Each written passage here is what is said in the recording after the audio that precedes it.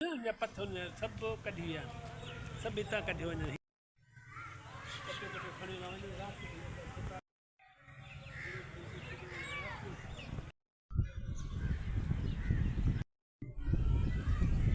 चोरी करे आवाई रेलवे वारा दरवाज़नि में ॻाल्हाईंदो ठीकु आहे में आवाज़ साफ़ अचे न थोरो परे आहे न।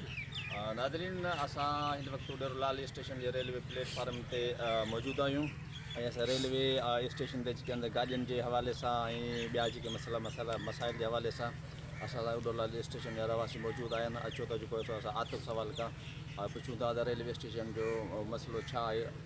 अस्सलाम वालेकुम। वालेकुम अस्सलाम। आतिफ़ इहो असांखे ॿुधायो त रेलवे स्टेशन उॾरलाल जा कहिड़ा मसइला आहिनि। उॾरलाल रेलवे स्टेशन तक़रीबन ये 100 साल का क़ाइमु आहे।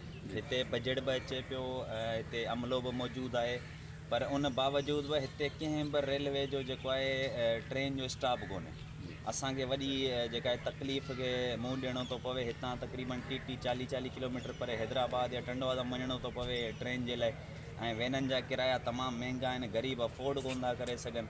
ट्रेन जेका आहे उहा असां वटि 2 मिंट बि हिते कंहिं ट्रेन हिकिड़ी लोकल जो बि स्टाफ कोन्हे। असां गवर्नमेंट खां अपील था करियूं त असांखे ट्रेन जो स्टाफ हिते लाज़िम मुहैया कयो वञे।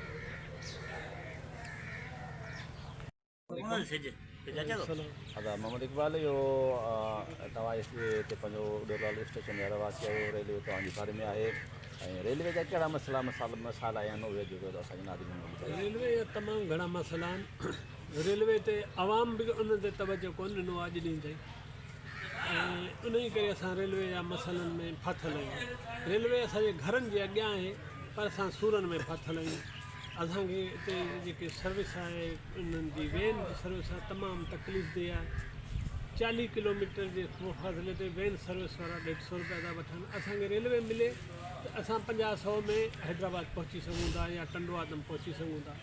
असांजे ज़िले में 5 रेलवे स्टेशनूं आहिनि जीअं त खटियाण, अलानो सांद, पलीजानी, उॾेरो स्टेशन, वहाबशाह ऐं 5 स्टेशन ते का बि सहूलियत कान्हे। वीरानी थी वई आहे, वीरानी बि अहिड़ी वीरानी थी आहे जंहिंजी का हदि कोन्हे। को माण्हू एॾा तवजो नथो ॾिए, सियासी समाजी माण्हू अचनि ई नथा।